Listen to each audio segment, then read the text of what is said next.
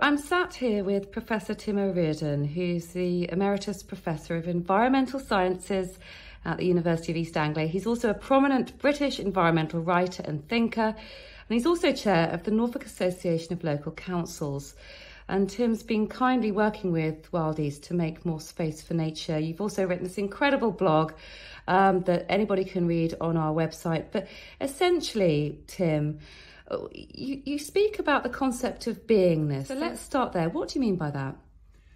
Well, beingness is a fundamental feature of human consciousness and human understanding of who we are in relation to everything around us, whether it's the people around us and our families, our friends, our social connections, or the natural world, which in a variety of ways impinges on our lives. We smell it, we hear it, we beautify it, and we enjoy its wonders. So beingness is an extension of who we are into a whole series of externalness. And when we do that, we become a much richer individual. Now, up until relatively recently, there's been a trend toward much more insularity, toward personalness, where we have taken less of an interest in what goes on outside our day-to-day lives and outside even our day-to-day social contacts, apart possibly from our families. And that's driven by a lot of travel, a lot of consumerism, and a general drift that you see in the way in which people get messages, that they are now no longer that connected to the natural world, and it doesn't seem to matter to people that the natural world is out there keeping them alive. That was not in most people's consciousness in what you'd call the developed and the developing world of the emerging markets, the big rich nations which are appearing overseas. But these things are changing for two reasons. One is that we are recognizing now that we are damaging the natural world to the point where it is threatened with the capacity to keep us going. And it does so many things for us that are really saving ourselves money if we just simply want to be a cost-conscious person, or giving ourselves a purpose of enjoyment and wonder and excitement, which is if you're an aesthetic person or a cultural person, which we all are to some extent.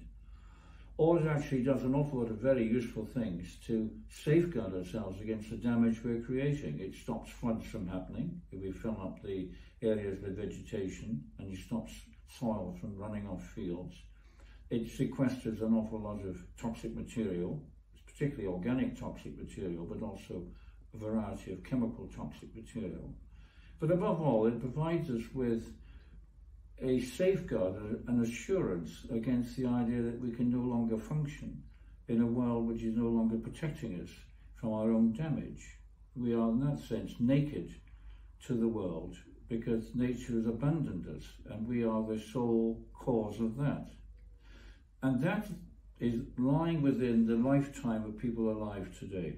This is not something which is for future generations. Anyone being born today is likely to live past the year 2100, and the conditions of the planet in that time, compared with where they are now, could be catastrophically, dangerously damaging to people. We don't know for sure, and it depends an awful lot what we do in the next 10 years, frankly. And we tend to forget that what may be 100 years from now, or 1,000 years from now, is almost irrelevant if we mess around in the first 10.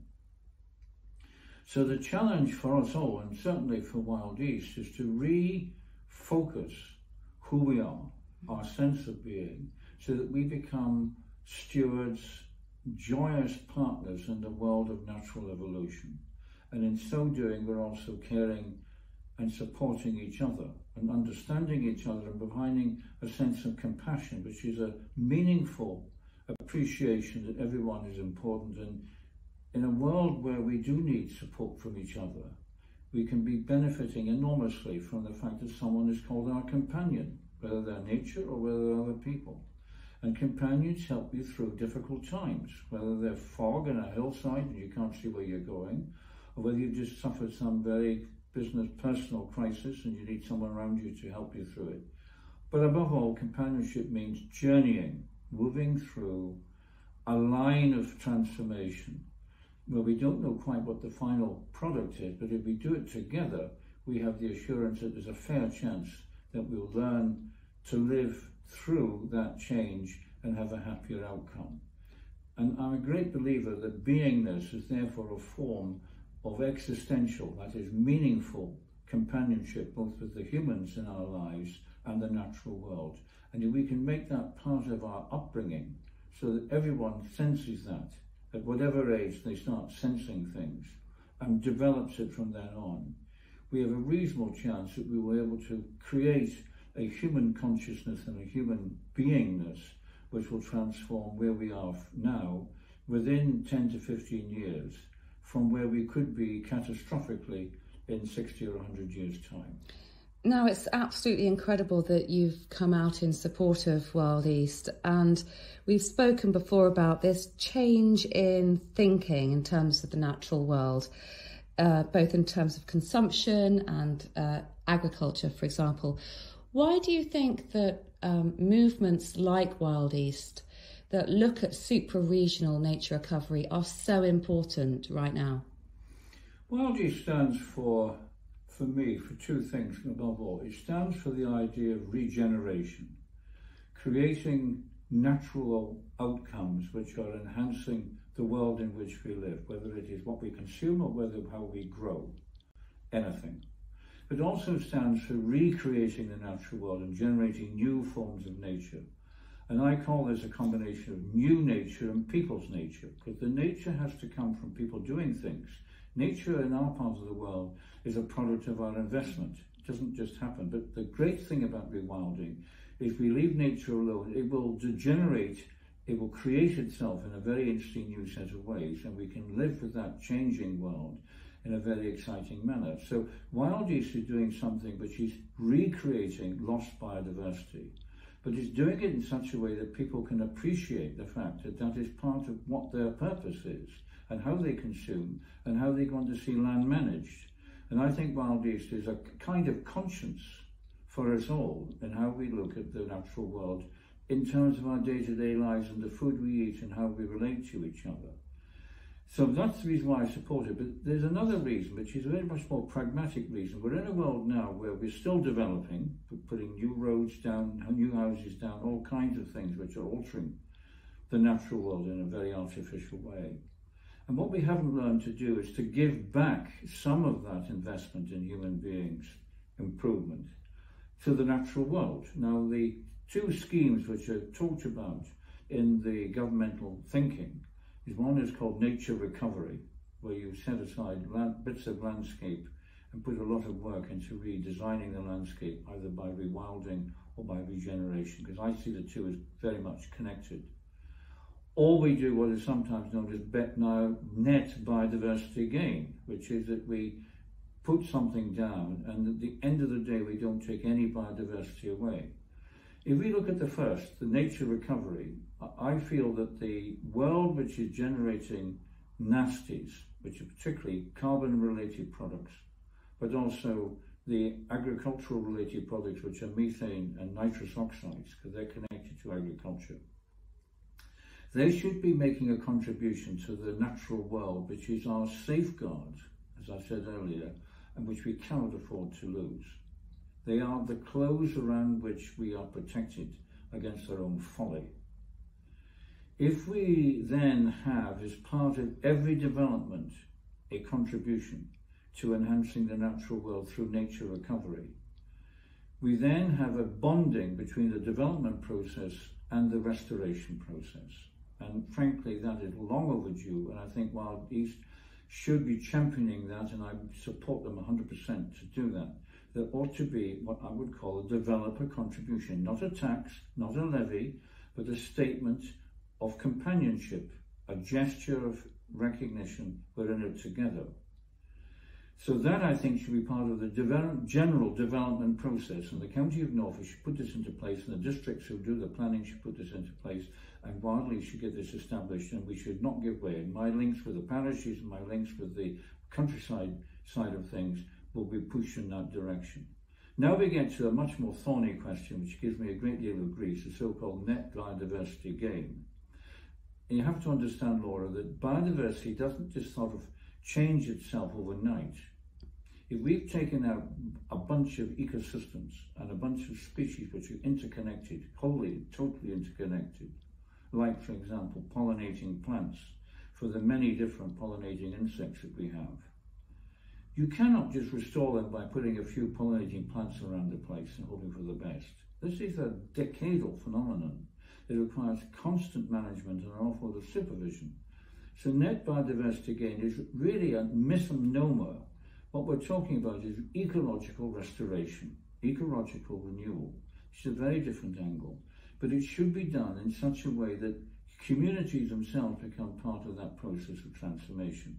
So I'm a great believer in the idea of linked parish action. Instead of parishes working on their own, working in clusters of up to 7. Then they can do all kinds of things which WildEast stand for. They can, for example, put connecting pollinating systems. They can put new heathlands down. They can change the way rivers flow. They can genuinely improve a lot of soil.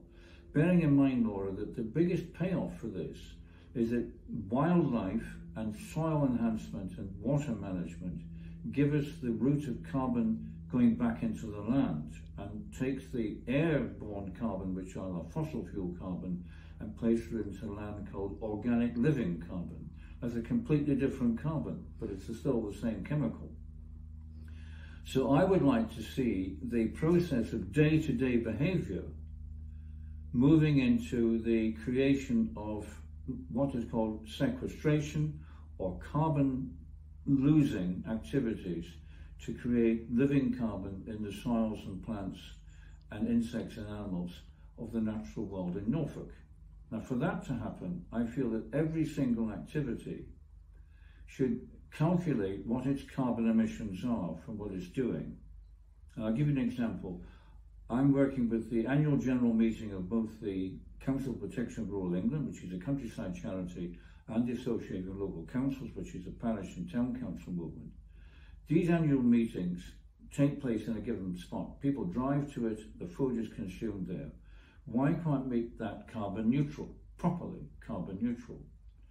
And make that a template for any other activity, whether it's in a school, whether it's in the county hall, whether it's in a district, whether it's in a business world, that everything we're doing should be calculating its carbon excess.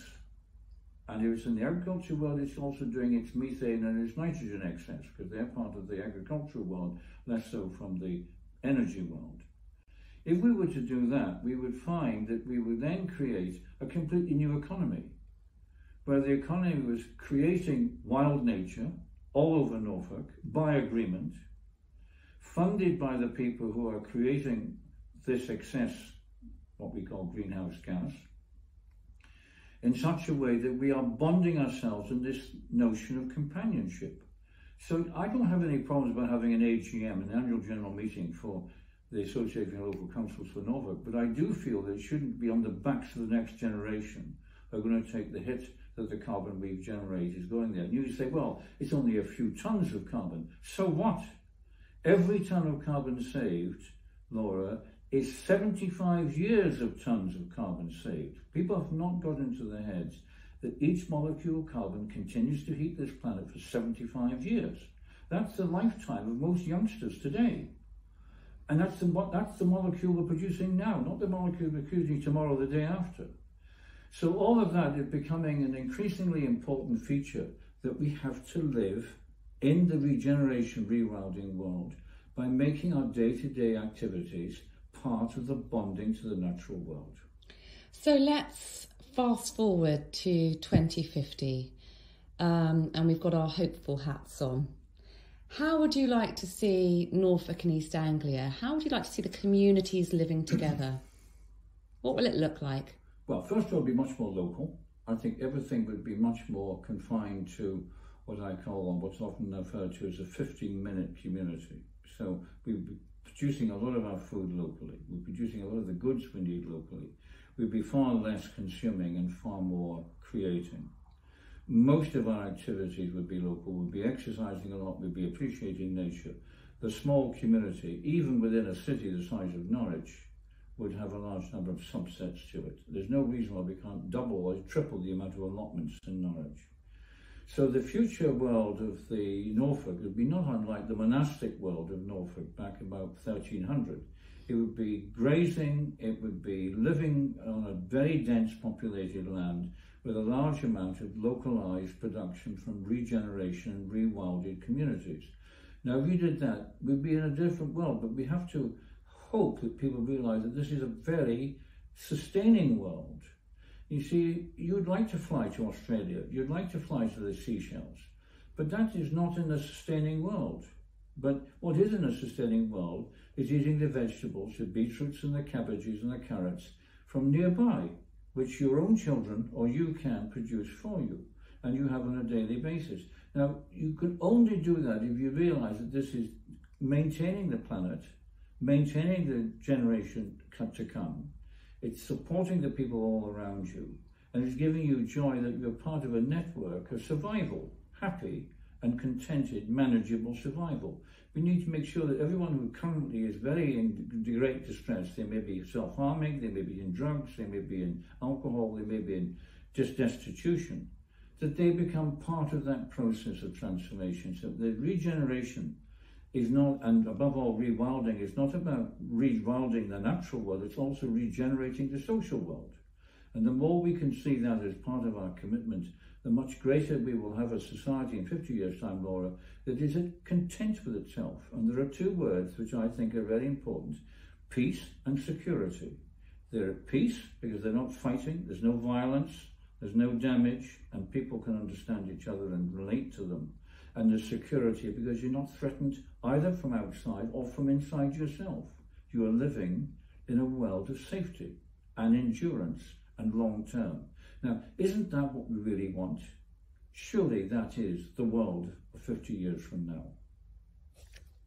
Let's start with the dangers posed by the Thwaite Glacier and why that would impact the coastline of East Anglia, using really where Hugh lives as an example. Well, Laura, we had a long time, the science community didn't have the technology to measure what was going on with the sea, and particularly in relation to ice and also in relation to methane in the permafrost areas, which are very close to the sea and which is emitting methane all over the planet.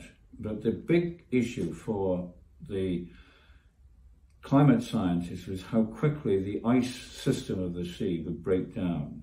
Now, there are two areas. One is the Greenland ice sheet, which is a massive ice sheet and carries about 20 centimetres of sea level rise in it if it all goes. And that's sliding already down a rock face, because underneath this huge kilometre thick ice, there's a wet surface which is allowing the ice to slide. And that's now measured, whereas before we didn't have the technology for that. The second bit is the ice associated with the Antarctic. And here, one of the really big ice sheets are really quite thick. They're 300 metres thick, but they're vast. They cover the area which is not much less than the size of the United Kingdom. Now, when you get an ice sheet like that, what's happening is that the warmer waters of the Antarctic are lapping around the base of these ice sheets. And as a result of that, the ice sheets are being placed under strain because they're not getting the same amount of precipitation they used to get. So there's an element of breaking up within the ice mass. So the ice is fragmenting, rather like a car windscreen has been hit by a stone. And the smaller the fragments, and we're still talking about fragments which are kilometres in size, both kilometre wide and to some extent a kilometre deep. But these fragments are such now that they can break up remarkably quickly and are doing so with a surprising speed. So what we're trying to do, and what we now understand, is that if that Thwaite Glacier completely breaks down, which it could do within a decade or so, we're then talking about 75 centimetres of sea level rise in a pace of certainly no more than 20 years. Now, this is worst case scenario. It's not necessarily going to be the situation. But if that's the case, then we're in a world where making salt everywhere on the coast becomes impossible for agriculture, for mangroves, because they can't take the kind of salt we're talking about now, especially with sea level rise. Because you must remember, mangroves work well when they can grow up, but at the sea level rise we're talking about, they can't cope. So we're actually talking about these whole cities and whole agricultural communities which are no longer going to be functioning because of the salt first coming from the sea as a saline intrusion and then subsequently sea level rise.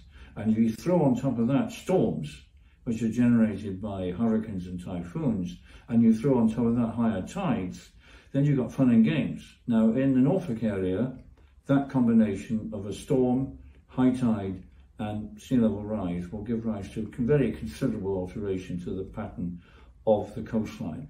We can manage this, Laura. If we design now, we can do it. So the big challenge for WildEast and for where I would like to work with you is how do we communicate to communities so that they lead the show in what kind of society and what kind of coastal future they want. So I'm now working with Community Partnerships East, which is the coastal communities, trying to devise ways in which coastal communities can themselves shape their coastal future, not driven by official bodies like the Environment Agency, Natural England and the government bodies, but actually by people working it out and how to live in relation to the sea in what I call a sea-friendly way. Now, getting a Norfolker to think about sea-friendliness is quite a challenge, but that's the model, and that's where we're going. And I think we start now, we can have people ready and prepared for 20 years from now when these things change, and it won't be catastrophic if we get our act together. It will be if we don't. So what will it look like? What kinds of habitats would you like to see us creating now for the future? Much more salt marsh, much more grazing marsh, which is able to take saline, called brackish saline grazing marsh. Very clever pumping systems which allow water to be moved around. And above all, the starting of pulling the infrastructure back, roads and buildings and everything else, so that the most endangered places are vacated over the next 20 years, with a careful programme of relocation, so that the next generation of buildings and settlements in East Anglia are ready for the new age. Now, we may say, but that can't be done. If you look at the coastline of East Anglia 1,000 years ago, it was 5 kilometres out from where it is now.